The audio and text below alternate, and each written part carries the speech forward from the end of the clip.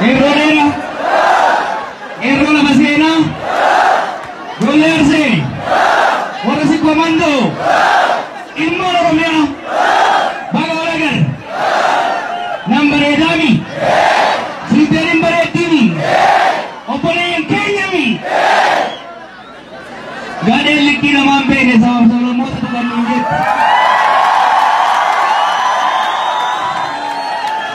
warra ka jannatu jungkur fame warri jungkur sabeku warri adaga rumman wajhi nanname warri sirni ga romsan wajhi nyata ture ajesa ture adaga rumma wampe kali amso oromo bona ture taduga tausi wampe kali nana yesalimi Gaden likina mampei tu kan wajib jumur bame kawannu kesa dabare behu akana tinu kamaje ma jannar malasil bedin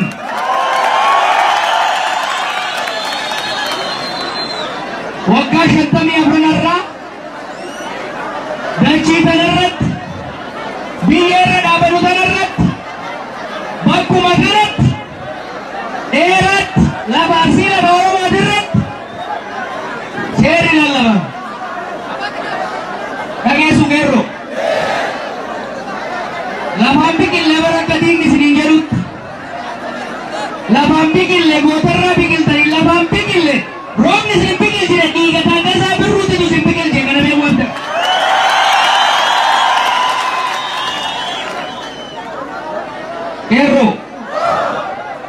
ero harra ero asitu algei amna wagga shantama booda gara mukatti buune Haila Sillaasee gombinne darbuun dhaabbatee isaas lafaan dhoofne wayyaana nutti ol yaadee isinillee biyyatti galchine waggaa dhufnu kanatti taphatti hin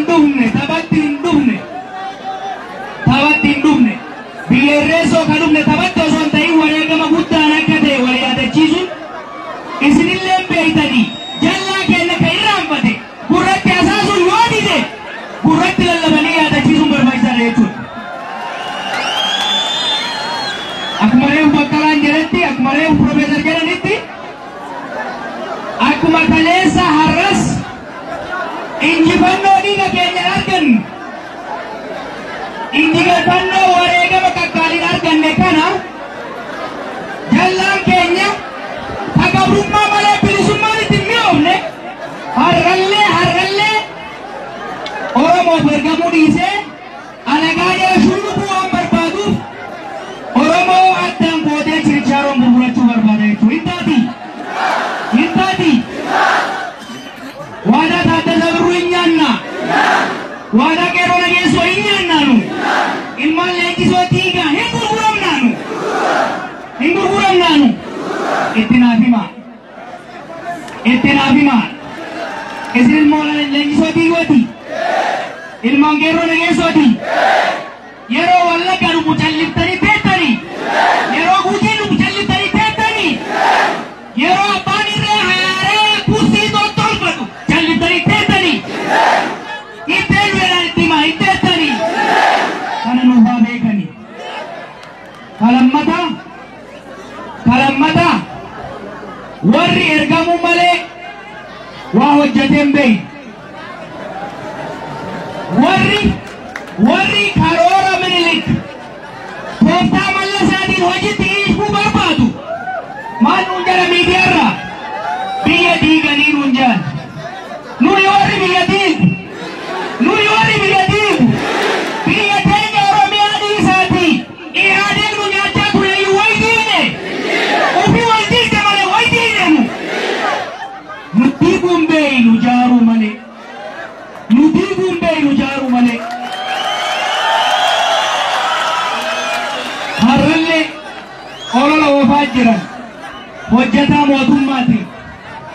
hojjetaa mootummaatiin poolisii Oromiyaatiin loltuu biyyaatiin jarri kun isin hidhan isin facaasan jedhaniin mee rabbii jedhaati Abbaa Israa'eel waydiin nagaan biyya gaggeessine malee.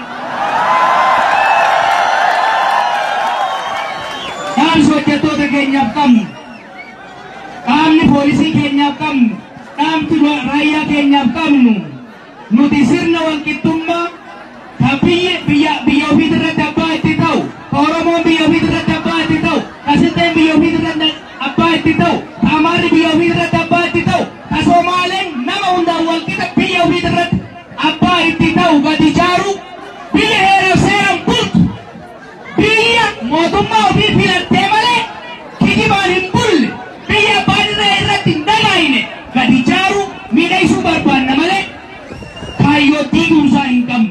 Ka biyya diiguu barbaadu rabbi isaa diigu jennaan. Warri biyya kana diiguu barbaadu warra Minilik lafa keessaa baasee nurratti ol goomsuu barbaadu takka jedhaa.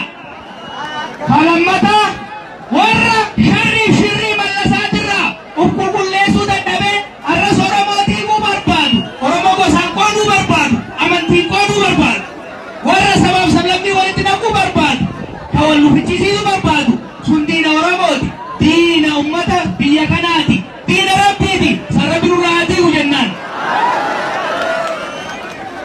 Oromoo warra dheeraa beektaa hoggaas dhufne wal yaadachiisaa dhufne har'a Taaddasaan osoo ol ka'ee dhaabbate, Haajiroo Baleen ka'ee osoo dhaabbate, Waaqoo Guutuu ka'ee osoo dhaabbate, Haayilee Fidaa ka'ee osoo dhaabbate, Jaarraa Abbaa Gadaa osoo ka'ee nu bira dhaabbate nuun boona moo nuun saalfata ka jedhu nuun boona beeki nuun boona qeerroo nuun boona wallaahi nuun boona. Maaliif beektu of dagannee wayyaanee jalatti jilbiiffannee biyya teenya gurgurannee adabannee hin teenye tokko taanee osoo hin qoqqoodamin qabsoodhaan qabsoomnee biyya teenya hattuurraa bilisa baafne jechuudha. Taaddasaan akka nuun boona barbaaddu isin ilmaan Mallasaati moo ilmaan Taaddasaati?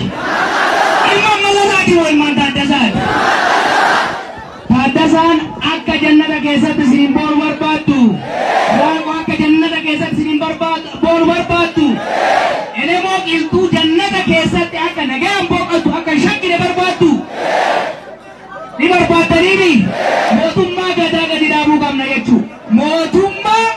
Mootummaa ummataan filamtu keessattuu miseensonni dhaaba biyya bulchuu waan tokkoon isinii dhaamu. Abbaan keessan Lammaa Magarsaa maal jedhe? Gooftaan keenya ummata jedhee miti? Gooftaan keenya ummata jedhee miti? Gooftaan keessan ummata jechuu san karaa Lammaa qabadhaa karaan kun qiletti nama isin keessaan jedhaan. Gooftaan keenya ummata jechuun ummata duratti bahanii osoon saalfatiin osoon sodaatiin dubbachuu. Ummata duratti bahanii osoon saalfatiin osoon sodaatiin dubbachuuf ammoo hannarraa of fageessu, kijibarraa of fageessu, Oromoo qoqqooturraa of fageessu, alagaan ergamurraa of fageessu, Oromummaa ofiitti boonu, Oromiyaa ofiitti tiksu, sabaaf sablammoota wal kabaju. Akkasii miti? Akkasii miti? Kanaaf filannoo as deemuu irratti qophaa'aa. Waraqaa eenyummaa baafadhaa. Miseensa paartii ta'a. Yeroo dhageessu. Watakka hin shakkinaa maskarami as deemu. Oromiyaa irratti Itoophiyaa irratti illee mootummaa haaree jiraata. Kana hin shakkinaa. Mootummaa filannoon dhuftu malee tafannoon dhuftu hin jiraattu. Mootummaa heera seeraan bultu malee ta'irreen dhuftu hin jiraattu. Qondaala isin ol ergattan malee ka poostaan isinitti gad ergan abadan hin jiraatu. Shakkii qabdanii? Shakkii qabdanii? Kanaafuu ijoollee kaa'imman nu biraa kararratti fixan asfaaltii irratti fixan san gatii itti godhu yoo barbaaddan. Biitti teenya bareedduun saamicharraa nu hafte tun deebitee akka misoomtu yoo barbaaddan. Wanta akkasitti himu warshaa biqilaa kana beektu Hayilamaariyaam Macarrashaa kan gurgurachuuf ka'e. Isintu dhaqee harkaa buusee qonnaan bultoota Oromiyaatiin gurgurame.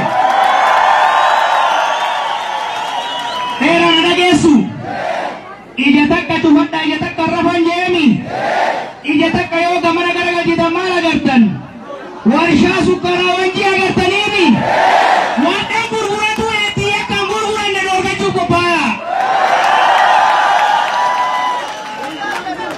Yeroo dhageessu amma booda Oromiyaan gurguramti. Takkuun takka hin kennamti. Hin kennamti.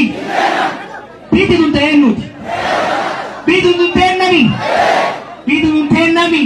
Nuti addaami. Hayyama kennan maletti. Hayyama ummata biyya tanaatiin maletti. Dantaa fedhii ummata kanaatiin alatti. Ondaalli abbaan ba'e maasamii gadi fuune. Dachii Oromiyaa, qabeenya Oromiyaa kan lafa keessa jiru, kan lafarra jiru, kan bishaan keessa jiru, habbaan takka qiraama takka amma booda fuudhee deemuu hin danda'u.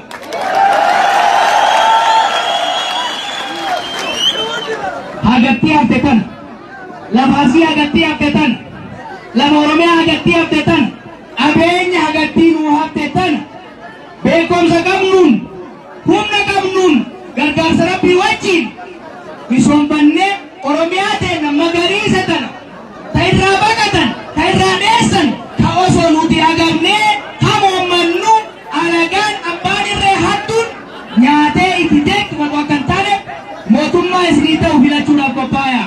Ni qophooftaniimi? Ni qophooftaniimi? Harargee waan jettu beeytu ufii dadhabanii Rabbillee ormallee sababanii jedhan. Filannoo kanarratti filachuudhaaf qophaa'uun nama isinii ta'u katee boroon deemee Finfinneetti dhabamuu miti. Dhageettani? Arsina dhageettani? Miseensa paarlaamaa 180 qabna federaala keessa. Gaaf Harargee hanga Booranaa namni keenya dhumu ni miseensa paarlaamaa dubbatu agartanii? Agartanii? Gachii fooqii keessa taa achi ofooqa yoom ummataaf dubbatare.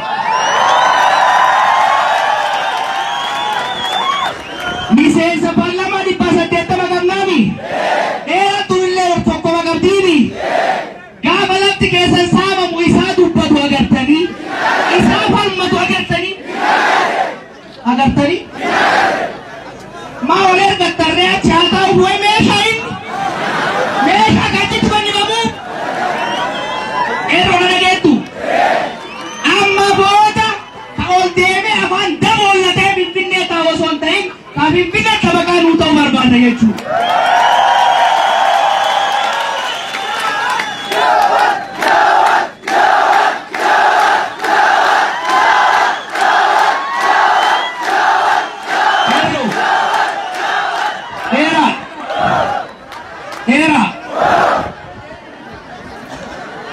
Bulchama magaalaa tanaa takka filattanii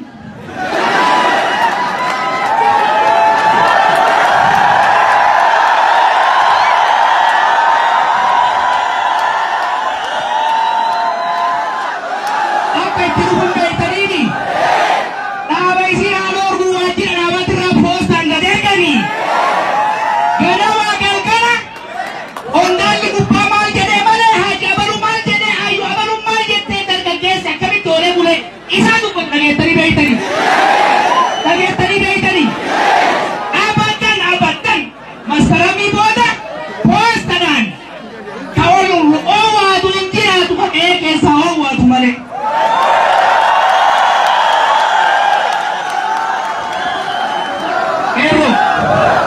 Yeroo Oromoo na dhagayaa. Oromoo na dhagayaa. Ani isinin kijibu. Isinitti himu abbaa feetan filadhaa. Nama isinii ta'u ka haadhaaf abbaan hin abaariin farmaaniitiin jallatin ka isheen furguggeen hin ariin isinitti himu kan wajjin qabsaa'aa ture kan nuti qabsaa'aa ture miti. Jallaa Geetaachoo Asaffaa ganda keessa qabatee agaazii ganda keessan deemaa ture nu bichisiisaa ture miti. Kayoommoo gaafa nu qabsoonu gaafa qeerroo ta'e nu dhumtu abaan qabatee taa'ee nu laalu miti. Warra isinii qabsaa'e ka waa barate waan barate saniin garuu ayyoo baabboo irraanfatee dheeraa irraanfatee suufa tiratee Finfinneetti godaanee miti. isini waate way ambeka isin tubeka way mararan beka isin tubeka way bakaran beka isin tubeka miti hinga pita nama isini tawas kennada opebada mariada ilchebada akka gosat akka kaet akka gandat akka anat akka godinat mariada diaspida mali beitu filanno ittianu kanarrat filanno kana nagaa yoo geggeessi nama nuu ta'u yoo filanne Oromiyaa bakka abboonni keenya waliin saniingeen yoommoo callifnee hattuun korojoo akka hattuutti dhiifne jallaan maqaa keenyaan Finfinneetti akka ol deebu yoo itti dhiifne maal akka godhu danbeeytu heera mootummaa kana diiguuf deeman waan hin beekuun isinitti hima heerri mootummaatu wayyaaneen hin binne isinitti himu kabarreesse kalabakaa eelee fidaafaa kabarreesse leecholaataafaa kaarratti dhume leenjisoo diigaafaa nadhii gammadaafaa kibbabikaa hindeessaafaa beekaa heera mootummaa kana jechuun hiikkansa Oromiyaa Oromoon abbatti irratti ta'e jechuu Sidaamni abbaa irratti ta'e jechuu Somaalee abbaan irratti ta'e Itoophiyaa ummatoonni keessa jiran akka baay'ina isaaniitiin akka gumaata isaaniitiin walqixa itti kabajamanii eenyummaan isaa kabajamee diinagdeerraa ooda isaaniin malu aangoorraa ooda isaaniin malu itti argatan biyya ofii irratti abbaa ta'anii biyya waliigalaa moo waliitti waliigalantu waan taate filannoo kana jarri dabarraan karoora Minilik tooftaa mallasaatiin hojiitti hiikuu deemanii jechuun itti dhiibna harree filannoof qophaa'aa nama isinii ta'u qopheeffadhaa korojoon akka natamne godha nummoo sagaleen Oromoo akka hiramne sagaleen Oromoo dhaabbilee gidduutti akka hiramne dhaabbilee teenya mataa walitti qabna isin qeerroon akka duritti uummata keenya miila walitti qabaati gara fuulduraatti deemna isin jaallatoomaa